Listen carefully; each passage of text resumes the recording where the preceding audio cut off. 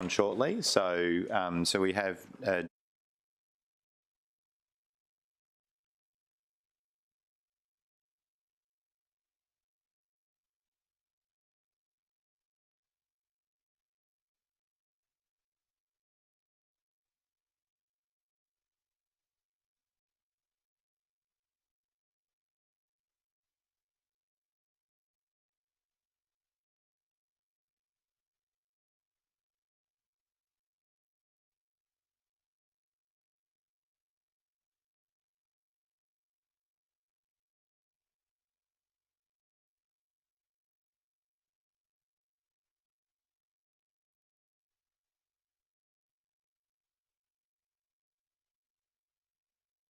seconded Councillor Patterson.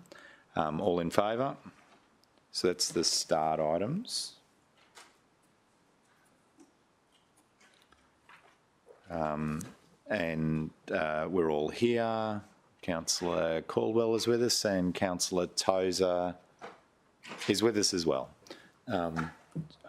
Jeff, over to you. Yeah, thank you, Chair, and thank you, councillors. Appreciate the opportunity to present and provide a summary of the Audit and Risk Committee Chair's report to Council for the 21-22 year. A comprehensive report has been provided that has been included in the papers, and I will take it as being read.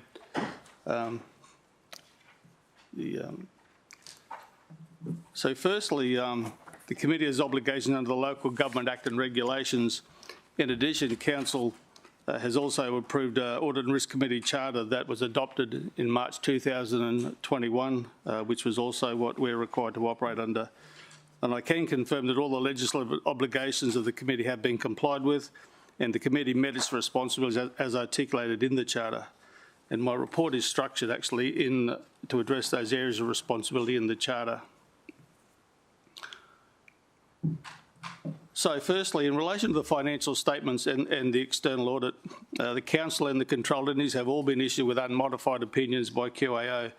An unmodified opinion is in fact the best outcome achievable for an audit of financial statements, as it signifies that the contents of the financial statements represented a true and fair view of the entity's financial position as at the 30th of June.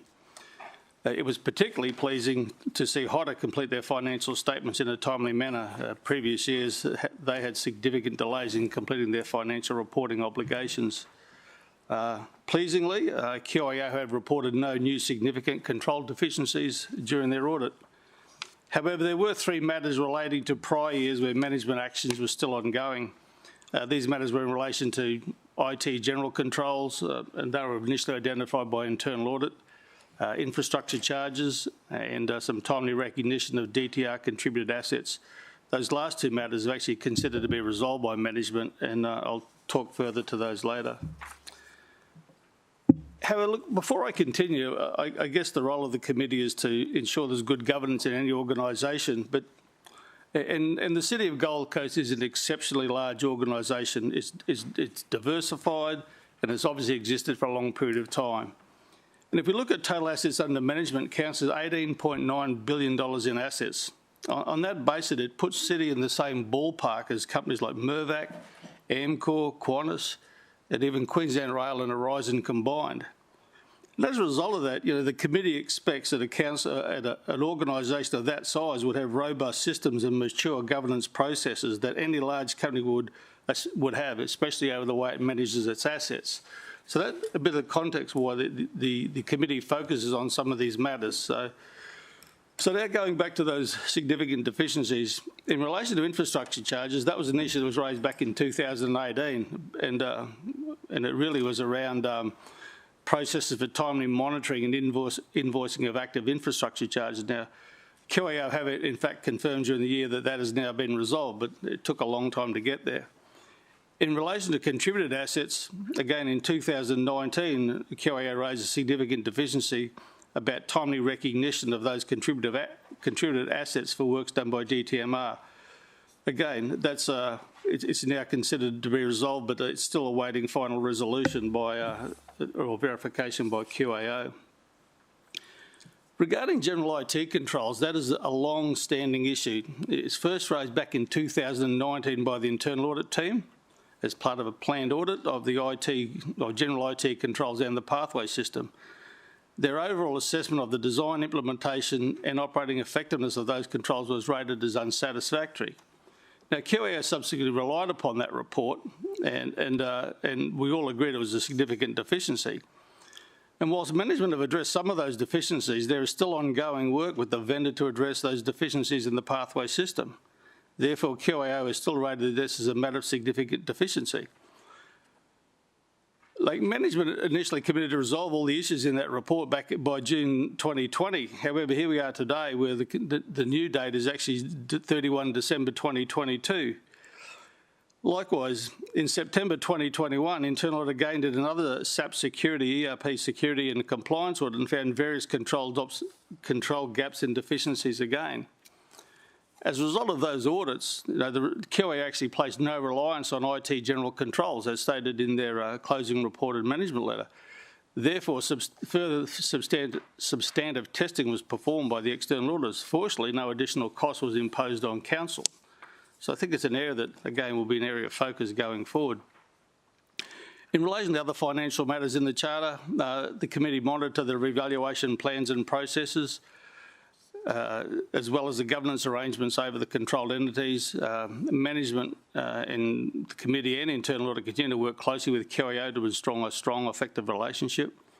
The committee regularly met with QAO throughout the year, and we also met with them privately without management present, and no issues were really raised of significant concern in those sessions. Regarding internal audit, the committee works closely with the internal audit function, who also provide valuable support to the committee. The committee monitors the delivery of the annual audit plan and also reviews all the audit reports and monitors the implementation of agreed management actions. Pleasingly, there have been further improvement in the overall timeliness of implementation of outstanding recommendations. However, whilst noting the improvements, the committee has concerns regarding some specific areas in delays where the agreed action dates seem to get shifted year by year, and I guess one of those was what I previously mentioned. A summary of the completed audits for last year are provided attachment 2 to the report. The planned internal audit program was largely completed. Given the demands of internal audit unit for assistance with several ad hoc matters during the year, such as secondments, for example, financial assistance at HOTA, the committee considers the unit has performed exceptionally well. During the year, also, an external quality assessment of the internal audit function was performed. Now, the purpose of that is that to ensure that the internal audit function conforms with the international standards for the professional practice of internal auditing. There were no areas of non-conformance, but there were areas where improvement was necessary, and we'll monitor the actions being taken to improve those partial compliance areas. The improvement opportunities identified by the external review also included implementation of a more robust enterprise risk management framework, enabling the internal audit to better focus on high risks aligned to strategic objectives, more accountability and discipline across the organisation for the clearance of audit recommendations. They also identify a key person risk and the fact that the manager risk integrity insurance and the executive coordinator internal audit, there was a need for a robust succession planning. Ironically, subsequent to that review, both those positions were vacated and we have new people in those positions. So, and there's been some structural change in the organisations which have occurred. They also identified broader capabilities in data technology and continuous control monitoring that the internal function should be able to do. Regarding fraud, corruption and control, the committee continued to take a keen interest in fraud and corruption control and support management's ongoing attention to that matter. The committee received biannual reports from the Executive Coordinator Integrity and Ethical Standards on instances and trends of fraudulent and corrupt behaviour, as well as the effectiveness of the fraud and corruption control framework.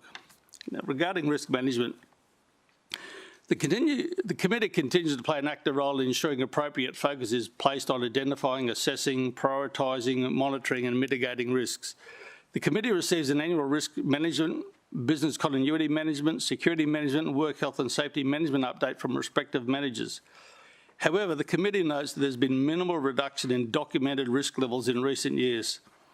There have been numerous reviews in the past few years involving council's level of risk maturity from the committee's perspective has generated minimal action to date to address shortcomings on how risks are identified, managed and reported.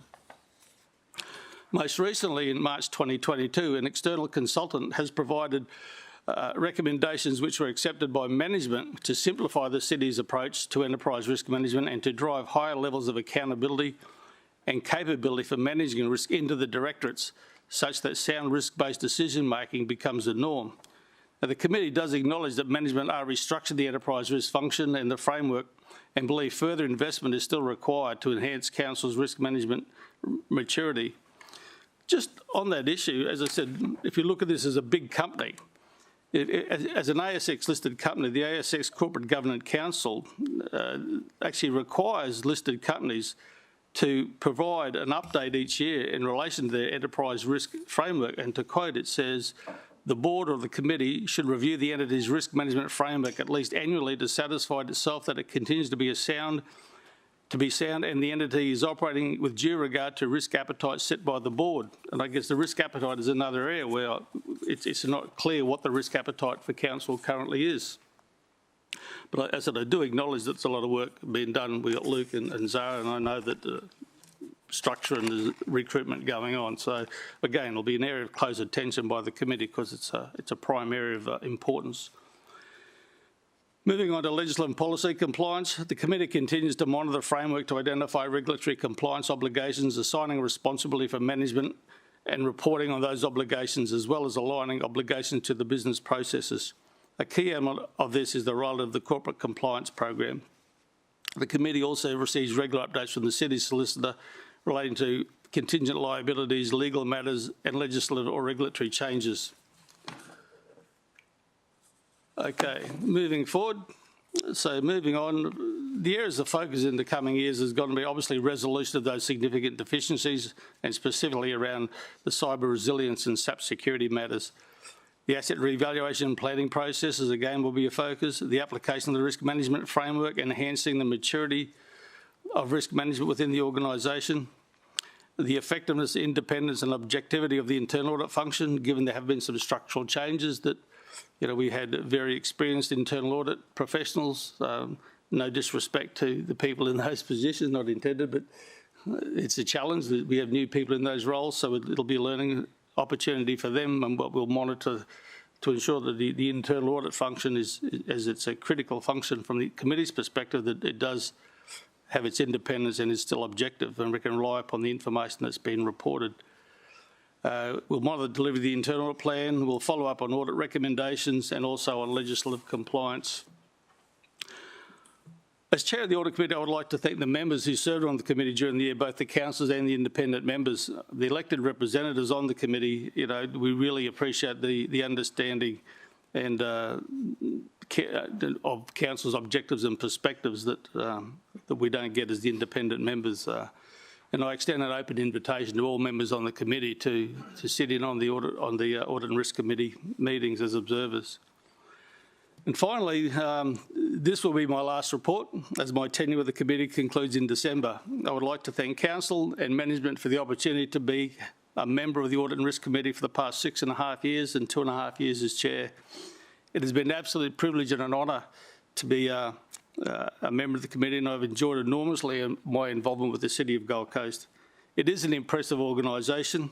I hope that I have in some small way positively contributed to the good governance of the organisation. That's it for me, but I'll open it up for any questions. Thanks, Jeff.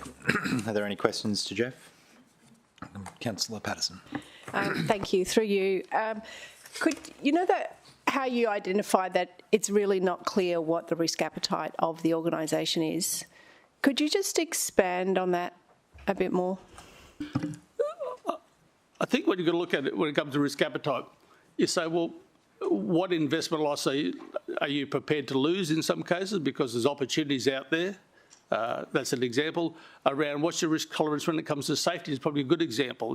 Like what is your tolerance? Is maybe 1 or 2 people get hurt a year, maybe a couple of fatalities a year, or is it zero tolerance altogether? Okay. So They're the sort of things you're looking at. So it's all aspects of risk, like, your debt levels to your safety levels to environmental everything. risk, every element of the operation, looking at all your objectives, Yeah. So really, what is your risk appetite as to your degree of acceptance of risk? Like no risk equals no return at the end of the day if you look at an economic model. So you've got to take risk, that's what we do all the time, but how much risk are you prepared to take?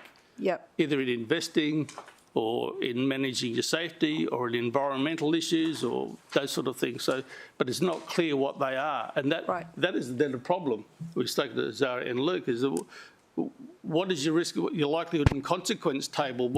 Right. So it all flows through, but without that lack of clarity.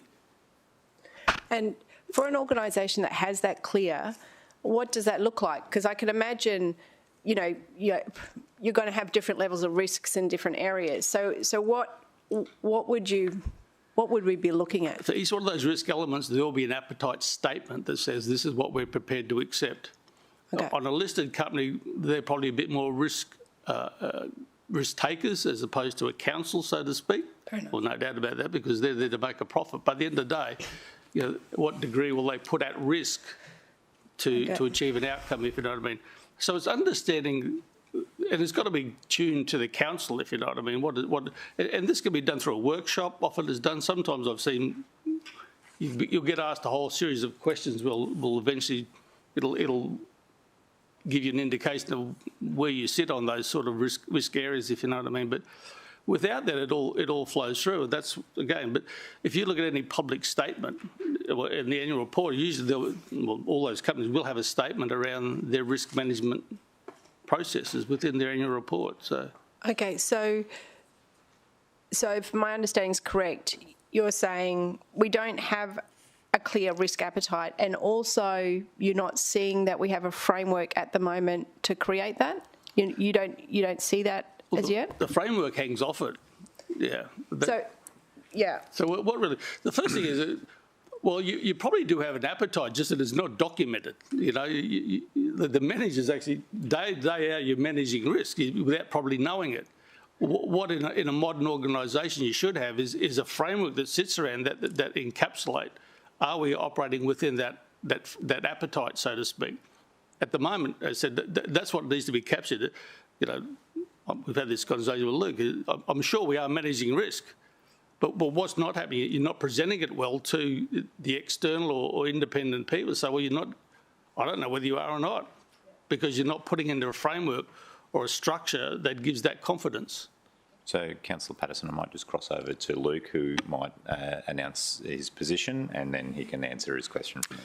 Thank you, Chair. Ladies and gentlemen, absolutely correct. So the current enterprise risk management framework doesn't have an articulated risk appetite statement. That's not to suggest that we're not actively trying to manage those risks, but I guess the key issue that's been identified, and Jeff has really highlighted this, is that without that understanding, then it makes the whole risk management process really difficult to make those key decisions. So we currently have a project that we are implementing where we're going to redevelop that whole framework and going to look at, really looking at best practice that will absolutely have a risk appetite statement, and probably more importantly across all of those categories that Jeff mentioned, reputation, environment, legislation, all those aspects, will actually look to implement thresholds that will really drive that decision making. So I've got Councillor Taylor and then Councillor Caldwell. Thank you. Through the Chair, I think you've answered a couple of questions, but I suppose how many types of risks are there that we should be assessing? The second part of the question is, but I think we might be reviewing at the moment, is what type of report or policy will come back to us for the current board to make a determination of those risks? Because my understanding would be is once we've got those policies in place, each board will determine a risk factor for that time of the term. So is that something we're looking at creating, what categories are and what those levels could look like for us to then review? Through the chair, if I may. So in terms of that particular project, it's really in its very early phases. So we're really just sort of scoping that current state of our current enterprise risk management framework and really looking for those improvement points. But to directly answer your question, we are looking at doing an update on that at the next Audit and Risk Committee, and would see that obviously flowing through to this committee and council, and have absolute intent to involve all councillors in the discussions around those risk appetite thresholds. Councillor Caldwell. Well, I think part of what I wanted to ask has been answered, but I mean, I haven't been to an Audit and Risk Committee for a little while, but it seemed like it was a theme that had been raised fairly consistently, that we weren't addressing the broader category of risk, that we were very good at safety, for example, but that's just one element of risk. So I was really interested in the pathway forward to how we actually address this issue, and how quickly that can be done. So do we know, if we're only just starting that process now, what the timeline would be on getting to an end point? Through the chair, at this point in time, we're anticipating a 9-month project delivery. That includes implementation, including education across the organisation. So whilst that might sound quite an extensive period of time, it's also about actually implementing it and making sure the business is actually using it, not just having a framework in isolation. And so, through you, Mr. Chair, perhaps to Jeff, do you expect that this type of thing has a qualitative statement as well as a quantitative numerical measurement in some categories? Like, what does this actually look like for you to be a successful? Well, some will have parameters around, like financially, so how much money will you put at risk? Sometimes it can have a parameter if you're there, but often it's more around, you know, like environment, like safety, we will hurt no one. It's zero harm. That's pretty if you say it. We mean it, if you know what I mean. So any injury is not good. So, but really what you're looking at, all different parameters will have different aspects. You know, it's not, there'll be no hard and fast things. Often it's their statements of which you will, it's hard to explain, but with using environment as an example, well, you want no environmental incidents, if you know what I mean, but then there'll be a degree of tolerance where they may happen, you may get fined, so to speak, as an example, you know. Like sometimes things will happen, if you know what I mean, but you've got to put that in parameterised, but understand, well, what's acceptable, what's not acceptable, you know. The thing about it is that all that stuff should drive behaviour, if you know what I mean. It drives behaviour, it also drives decision making, you know. And just go back a bit, the organisation does have a lot of information out there about managing risk. Like it has got, some of it's just so much stuff in there, it's just unbelievable. They would be, the things they document would in fact be controlling the risk.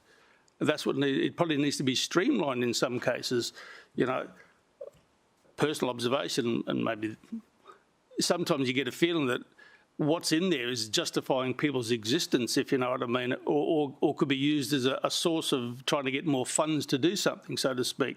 Sometimes you look at the risk and the way it's so articulate and they're going, I'm not sure that's really that risky, if you know what I mean. So there's some high risk sitting in that register at the moment. I haven't seen it for a little while now because the team have been working on it, but I think some of the risks are actually overstated, to be honest.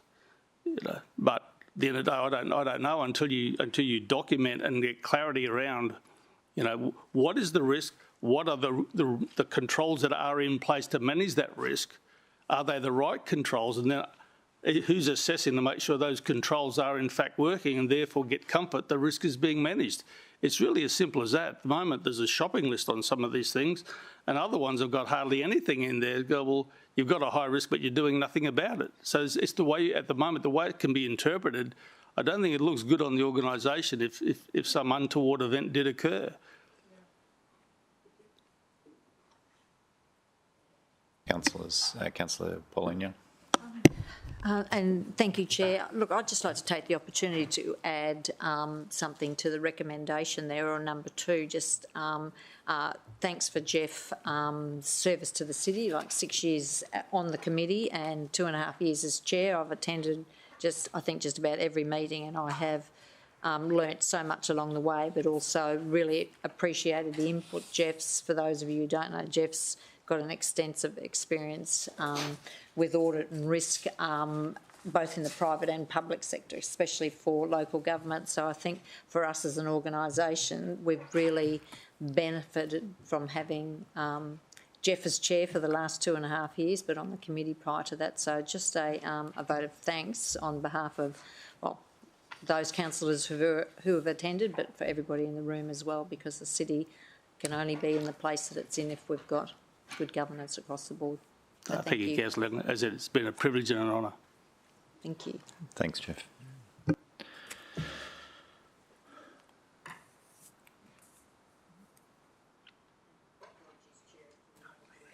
No, you're right.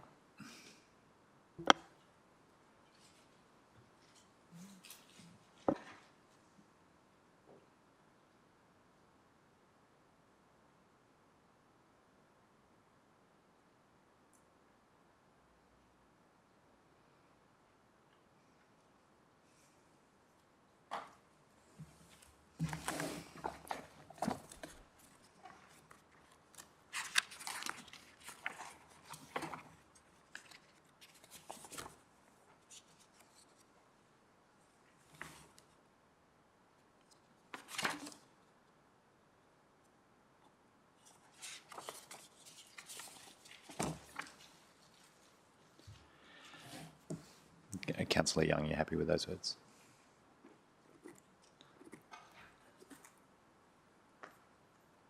Is it that a vote of thanks be given for the 6.5 years service? Or on, I don't know, whatever's, I'll ask Councillor Gates. His role as chair. Deputy Councillor. Yeah, in his role.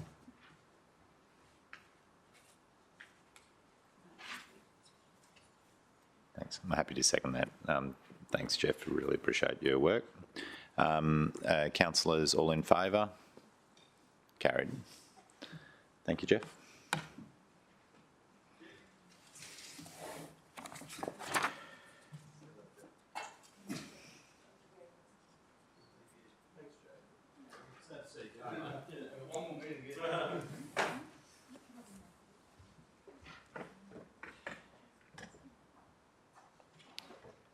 So where would you like to go next, 7.3? If we can go 7.3 now. Okay. So councillors, if we're all happy, if we could move to 7.3 now, which is the September 22 budget review, which will be enclosed. So I'm happy to move to closed. Seconded, Councillor Barlin Lumsden. All in favour? Closed we are.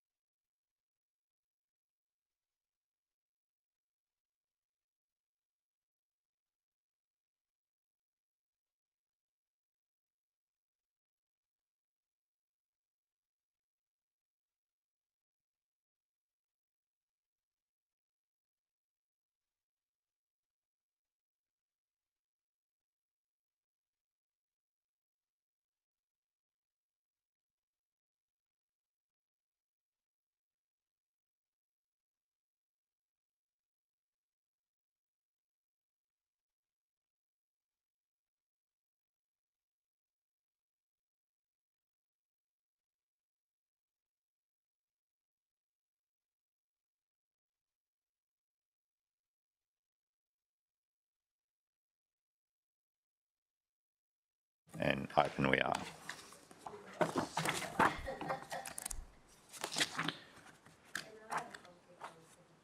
Yep, so I'll come to conflicts in a tick. So I'll just deal with 7.3 in open. So I'll move that. Seconded, Councillor Brooke Patterson. All in favour? Carried. Conflicts, Councillor Gates.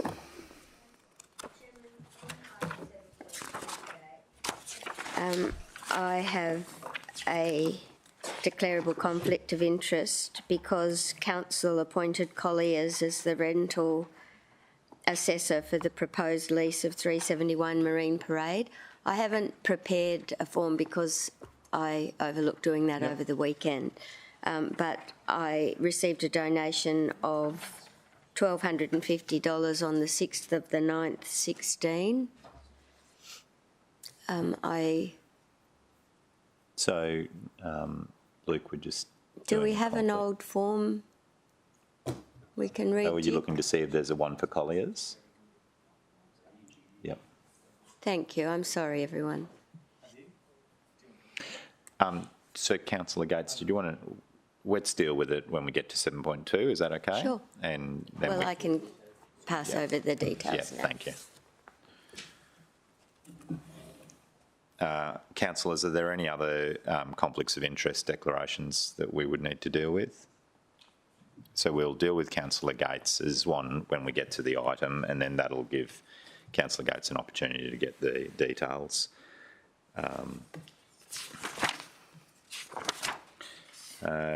Councillors, 6.3, Water and Sewerage Services September Budget Review.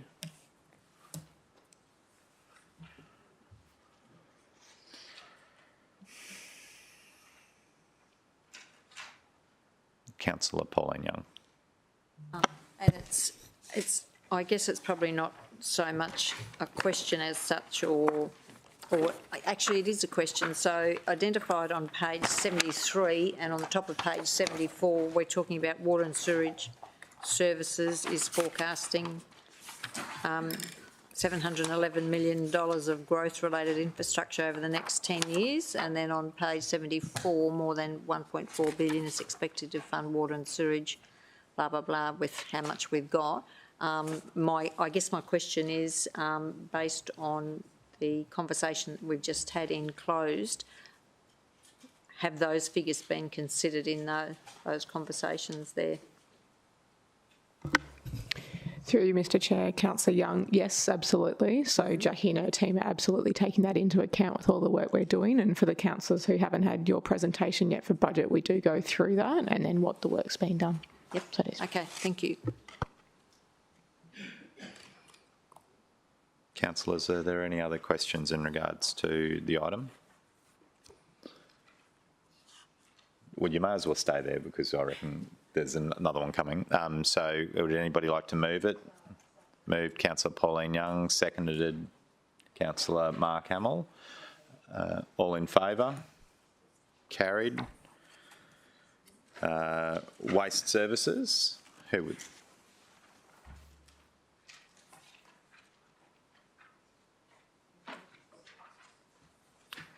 $6.4, is that you again, Karen? Or? Yeah. So are there any councillor questions in regards to 6.4? Moved Councillor Gates, seconded Councillor Barlden Lumsden. All in favour? Carried. 6.5 Energy Management Unit Budget Review. Any questions? Moved Councillor Patterson, or is that a question? Thank you. Through you, Chair, just with these conversations about electricity, energy prices going up 70% or something in the next 12 months, I was just wondering how that is going to impact on us.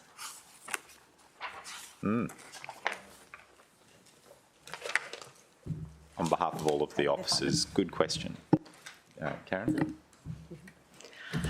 The council has negotiated some pretty good rates in the electricity space. From the latest advice received earlier this week, we've got some fixed prices for the next couple of years.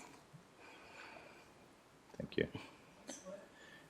And then I'm assuming that for the outer years after 3 or 4, you'll enter in current rates in the financial model.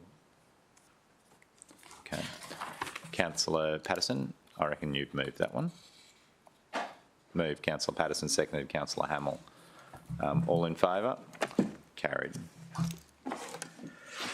Tourist parks. Thank you, ladies.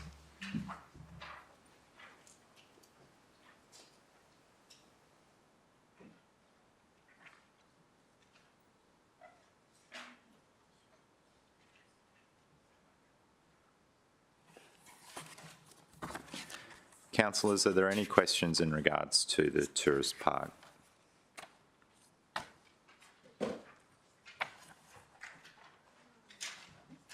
Half a question?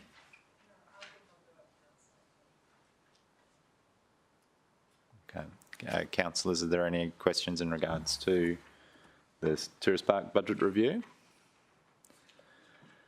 Would anybody like to move the tourist park budget review? Move Councillor Pauline Young. Seconded Councillor Daphne McDonald. All in favour? Carried. Okay, so we're back to 7, closed session. So we've got the Palm Beach Aquatic Community Centre project costs. So moved Councillor Pauline Young, seconded Councillor Barlden Lumsden. All in favour? Closed we are.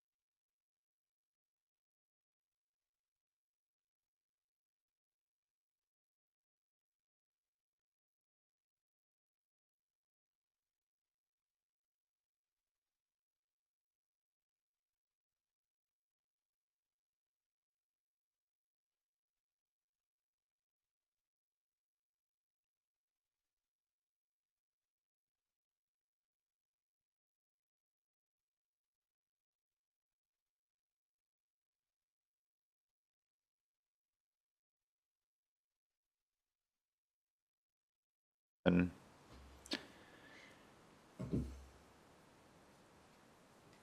Councillor Gates, you've made a declaration in regards to Colliers. I have, Chairman. Colliers were appointed by Council as consultants to provide estimates for the value of the lease at 371 Marine Parade, Labrador. Colliers donated $1,250 to me on the 6th of the 9th, 2016 as a donation towards my re-election. I'm seeking permission to participate in making the decision today and am interested in the matter and have had no contact about this issue with Colliers. Thank you, Councillor Gates. Councillor Pauline Young. And I'd like to move that Councillor Gates may participate in the decision despite the councillor's conflict of interest because of the length of time that has elapsed since the donation was made, and also that Councillor Gates has not communicated with Colliers, and also her extensive knowledge of the matter. Thank you. And Councillor Baldwin-Lumsden seconded it. Councillors, is there any body that would like to comment for or against? Councillors, will take the vote and we'll call a division. Councillor Owen-Jones, Councillor Hamill, Councillor Patterson, Councillor Baldwin-Lumsden, Councillor Taylor, Councillor Young, Councillor McDonald. And noting that Councillor Gates did not vote. Thank you. So now we'll move back into closed. Seconded Councillor Pauline Young.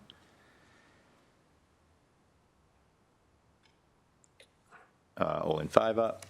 Carried.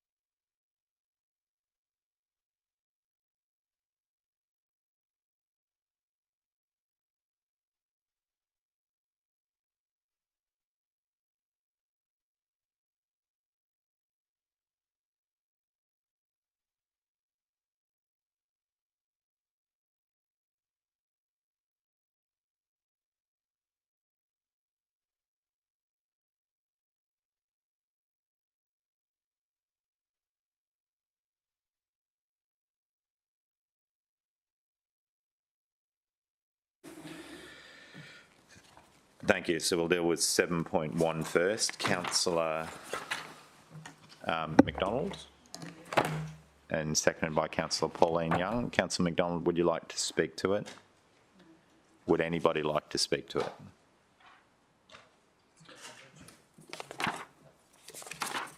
Okay, thank you. All in favour?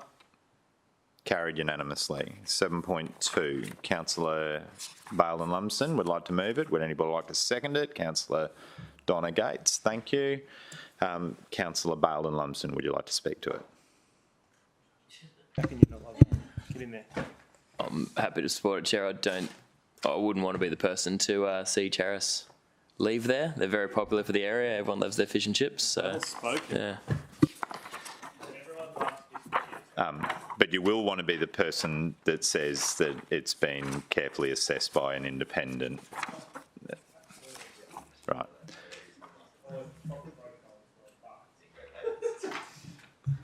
Yeah. So, councillors, is there any other comments in regards to the proposed lease? If we could just get the information requested before council, that'd be appreciated. Director Twine, all in favour? Carried, noting that Councillor Gates voted in favour. General business. No, there's a supplementary agenda item. Councillor Hamill? A copy of? Well, would we like to deal with it this week or in the next round? No, I'd like to deal with it this week. Yeah, right. Mr Chair, it's pretty simple. It's just a community event grant. So there's a recommendation to the supplementary agenda. Councillor Caldwell, you had the supplementary agenda. Could you just provide a copy to Councillor Hamill? All right, I've got it. I reckon I probably know what it says.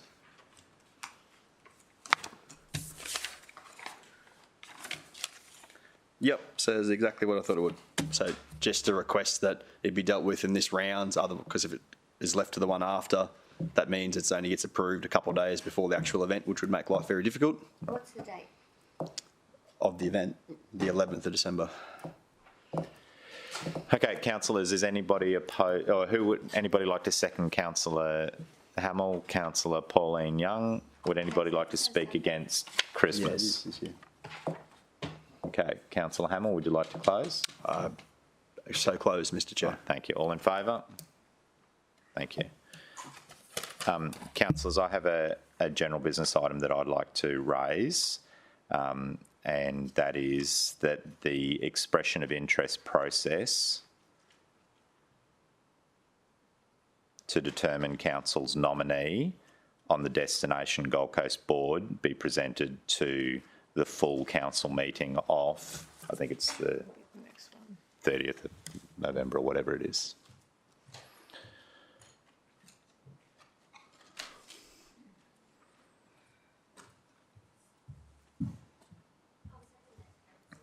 Thank you. Yep. It's on the 24th, I think, from memory. So they are going to make their appointments at that. That's the AGM, isn't it? Through you, Mr Chair, Councillor Gates. So the AGM's on the 23rd of November. We are working with Destination Gold Coast at the moment because obviously our nominee would be late to work out the process on that. There is a few options available. It's just whatever the best option is at that time. Okay. Are we in open? Yep. We are. That's all right.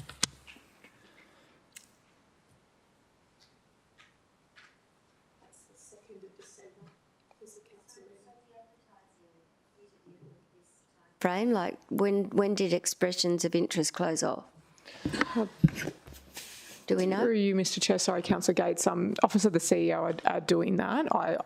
In speaking to Nikki earlier this week, it was, I think, organised on the weekend. I'm not sure when it's been advertised, but I can certainly take that on notice and get an email communications out to councillors. In Saturday's paper? In Saturdays, yeah. I saw it in the paper. I just want to be sure that there's time for the assessment to be undertaken by us imposing a timeframe on it.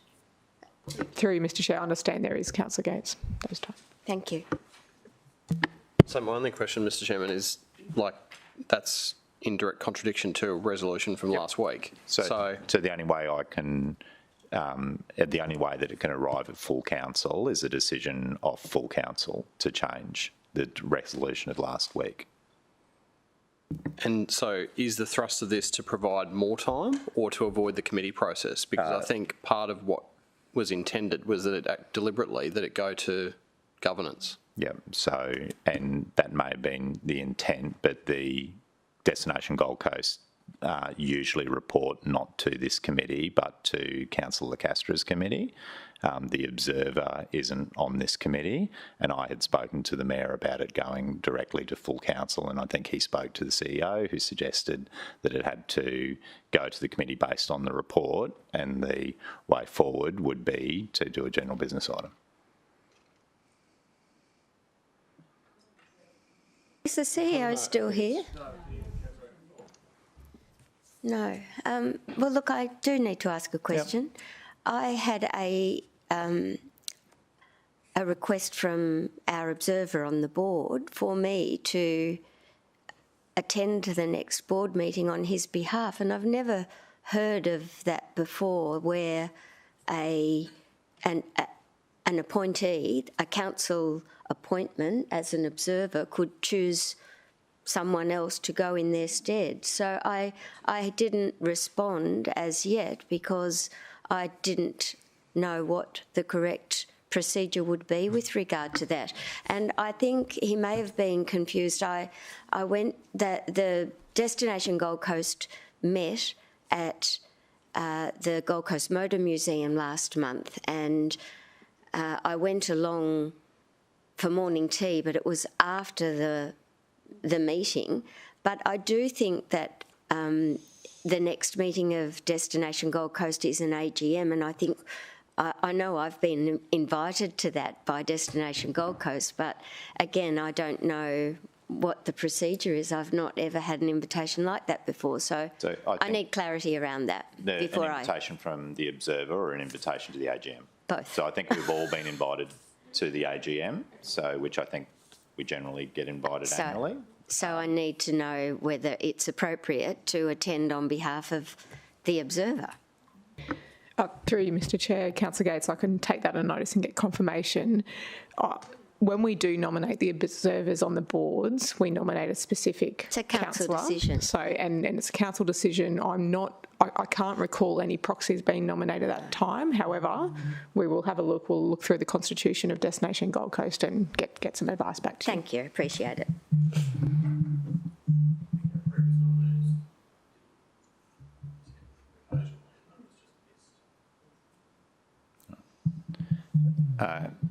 Councillors, are there any questions?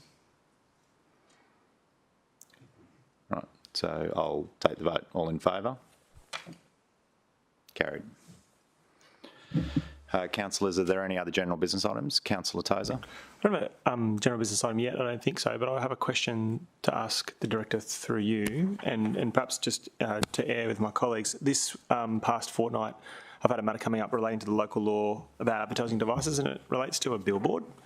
And I'd always thought that I don't have a lot of billboards in my division, but I'd always thought that the divisional councillor might be consulted when a billboard of a certain magnitude was proposed for the division. And because it's such a random occurrence for us, my question is twofold. Firstly, is it a matter of process that a divisional councillor is consulted about a billboard of a certain size,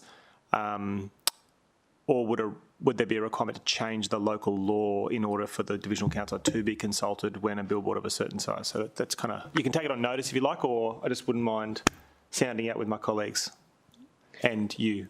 Through you, Mr Chair, Councillor Tozer, I might just ask Alton if he wants to come in, because that piece of responsibility sits within LNC. But my understanding, obviously, from the DA side is that we could consult with councillors as that happens. I'm not just sure on the process of just...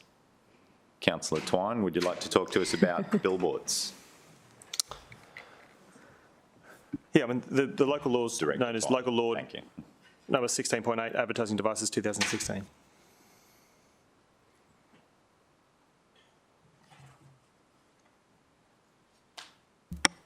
Through the chair, this is new territory for me too, so I'm coming up to speed on this quite rapidly. I understand from discussions as recent as yesterday that the current policy is that councillors aren't consulted on these devices.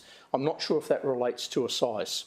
So that's something you've raised today that I've not been aware of, but my review of the advice provided to me yesterday is that the current policy is that councillors aren't consulted on these. There are over 7,000 devices of this nature across the city, so you can imagine the administrative load and consulting on all of those. The process is very robust. It asks officers through various departments of council, things like transport and traffic, impact on roads. We ask external agencies such as Transport and Main Roads for their advice, and that advice is collated and assessed and a recommendation made. But currently in the process, there isn't anything for the local councillor there. So in saying that, I asked some very general questions after this had come up, and someone from my community became aware that a billboard had been proposed and ultimately approved, and we'd been provided some information to confirm that. And the information that I received from one of the council officers today was that city officers liaised with the applicant on the design of the proposed signage to ensure it's appropriate and complementary to the amenity of the area, and consulted with city stakeholders such as transport and infrastructure as relevant. The proposed billboard effectively faces on an intersection that's had 4 traffic accidents that involve police over the last 24 months. There is obviously some community concern, and I think this is going to be something that ultimately I'm going to deal with the complaints about, because people are going to call the divisional councillor thinking that they are responsible for the erection of this billboard. I appreciate we're not. Yep. It's an administrative decision. But I think it'd be really good to have some clarity around certain circumstances where new billboards are erected as opposed to the changing of a sign for an existing billboard. If that can be, I'm not sure whether I could pose any or ask for any feedback from councillors as to whether they'd be open to that or whether it would be something we wouldn't be interested in. But when there's a brand new billboard, I think it actually is a really community, there is a community interest in it. I don't think they're interested when the signage changes, but I do think that they're interested when there's a brand new one. I'm going to go Councillor Gates, Councillor Caldwell, Councillor Patterson. The only comment that I would make is that it would be in the construction of the policy, which we quite clearly approve, and perhaps we've overlooked requesting that consultation occur, which is why it's not happening. But I would imagine that we've approved the sizes, and that local law process goes for years. So I mean, to effect a change, it would have to be brought to council, advertised, and go through that entire process. But I guess we're the architects to a degree of the policy, so if it's not there, we've probably overlooked putting it there. Do you want me following up with the Deputy Mayor? Just do you think that new billboards should be something that divisional councillors are? I can only ever recall one that was offensive at Ormeau in my whole time that the community really objected to. It ultimately was subject of a complaint, I think, to the state, and I think Council, that was on State Control Road. That was on the M1, I recall. Yes, and the state actually pulled it down. But that's the only time I can ever recall. But I mean, I know we're really interested in everything, but ultimately, I guess the officers are there for a reason, and they don't want to bring, nor do we want them to bring every item before us. But I can understand your point. If it's an intersection you know well, and perhaps the officer who looked at it didn't know it as well. Through the chair, the other thing I can add to that is in the assessment, officers obviously live in the city and understand the context, and the one that you've raised, Councillor Tozer, around the accident rate at the intersection and the potential for visual distraction, that is part of the assessment process that Transport and Infrastructure go through in these applications that come through for billboards. And I understand the concern that's raised and why it's raised. The context is not dissimilar to a great many intersections across the city that have signage applied to them. In fact, even the M1 in the south of the city, as Councillor McDonald knows, in her area, there's a great big electronic billboard over the M1. So that concept of visual distraction is subjective. How it relates to accidents, I think, is best left to the expert analysis on those to see whether it's a true visual impact and what that might be. But there is still remaining community perception issues around this. I acknowledge that. Councillor Caldwell. Just two things. Are you talking about 7,000 advertising billboards, or is that the number of advertising devices? Advertising devices. So it's an entirely separate proposition to not what interested Councillor... in A-frames. That's right. So my point is that there is an entirely different proposition between a self-accessible advertising device that's, you know, yay Mounted big, on a building. yeah, compared to a new application for a standalone 6 by 3 metre billboard that's on a pylon at an intersection. So I think it would be more helpful if the officers that were giving you the advice could flesh out the data that related to the actual point of concern, because this is not about Joe Blogg's accounting services having a little sign. No. This is about significant advertising devices that are for rent of a large scale. Does that make sense? It does. So that's just the first comment. The second thing is, and this doesn't necessarily help you, Councillor Tozer, but That's all right. there was when the advertising billboards were in the city plan, we had a couple of appeals in relation to them, one of which was the Mel Charter Proprietary Limited matter, which was the advertising device down at near Back in Motion on the corner of Ashmore Road and Bundle Road at that point, of which Councillor Taylor Senior and myself didn't particularly have a problem with the use, but we wanted to test, well, to some extent in court, the safety aspects of the change rate of that variable sign and how often it changes and how long the picture's stationary for. And obviously in that particular case, we weren't successful in stopping it. Not that we wanted to stop it, but we wanted to have some level of satisfaction that the change rate was safe at a major intersection given the distances, etc. So we have had some previous experience about, you know, what the parameters should be around those distances, change rates, etc. Councillor Patterson. Thank you.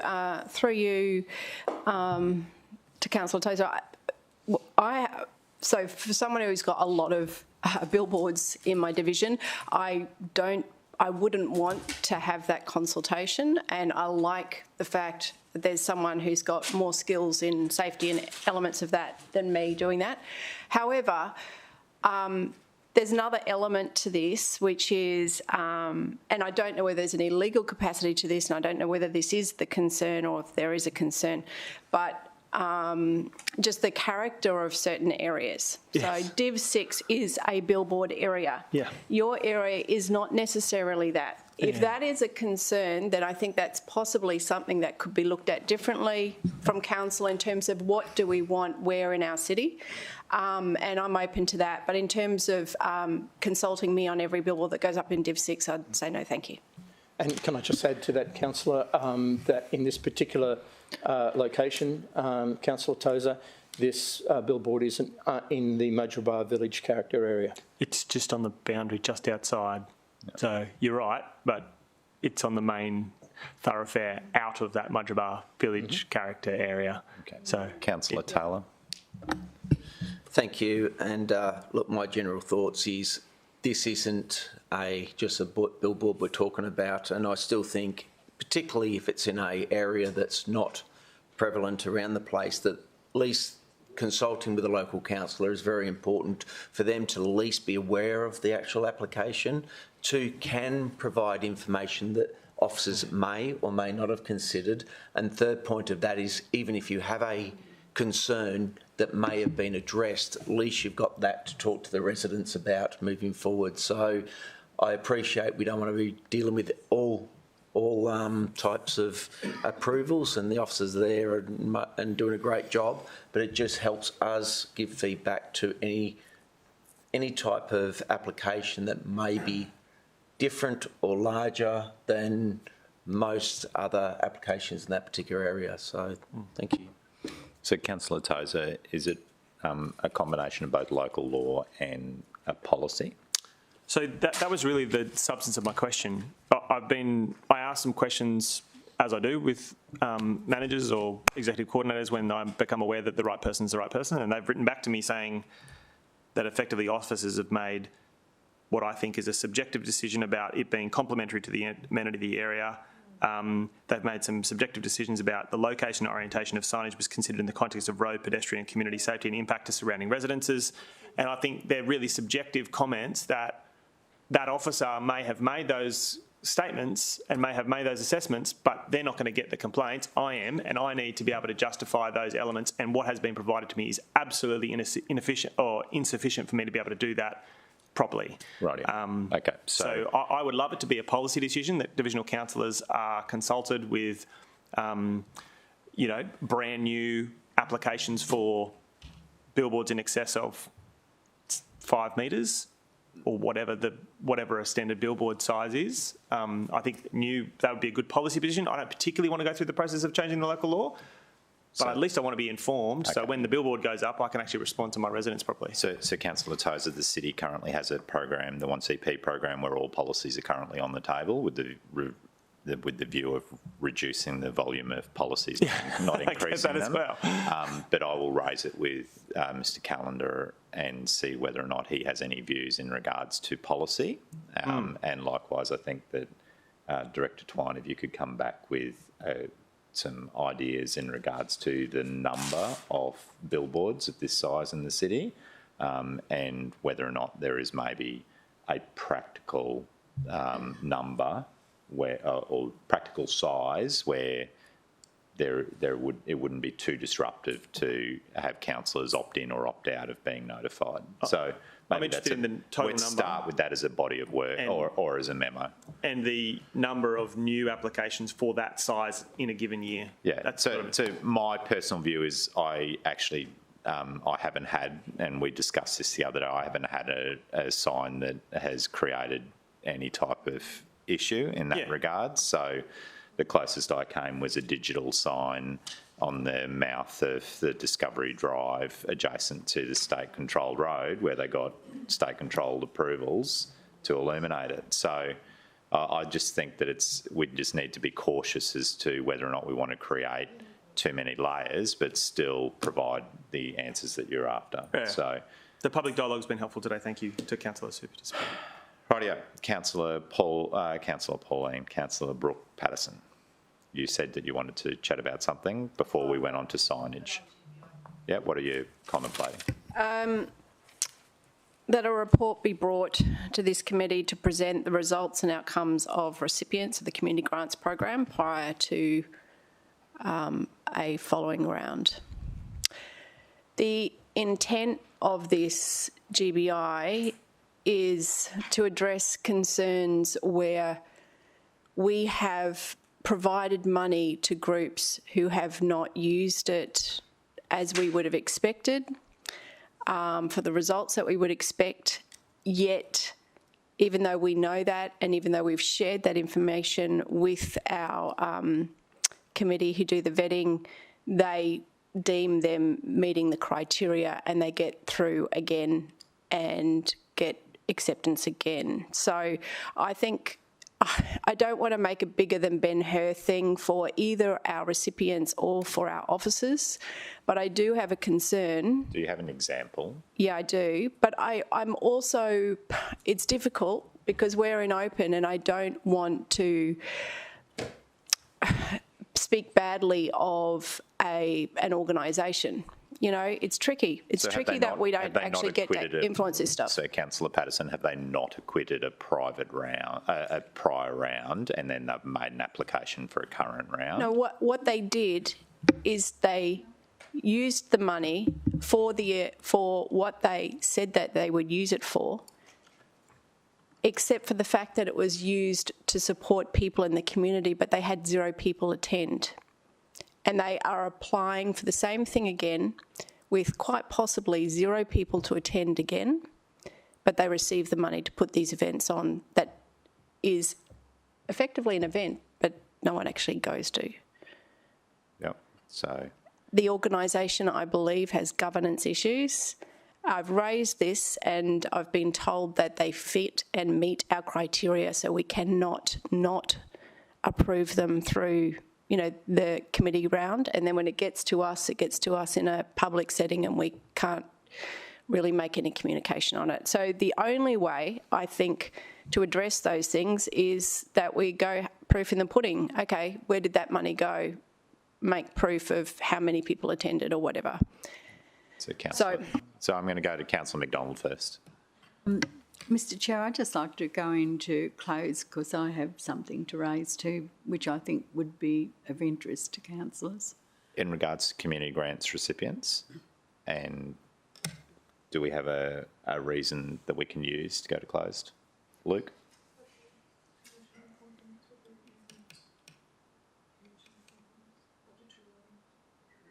Budgetary item, commercial in confidence. And I'm... All right, so Councillor McDonald, you have to move it. Sorry? You have to move to go to close for that reason. Yeah, right? I'll move. Thank you. Councillor Pauline Young is going to second it. All in favour? Carried.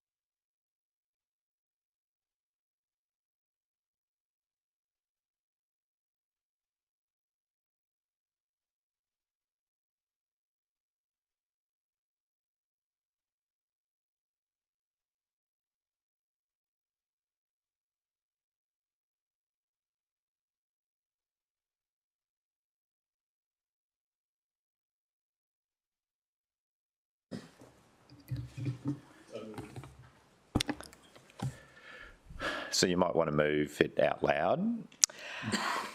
Okay, so moving the recommendation that the whole of city community grants process be reviewed prior to opening applications for the 23-24 budget period.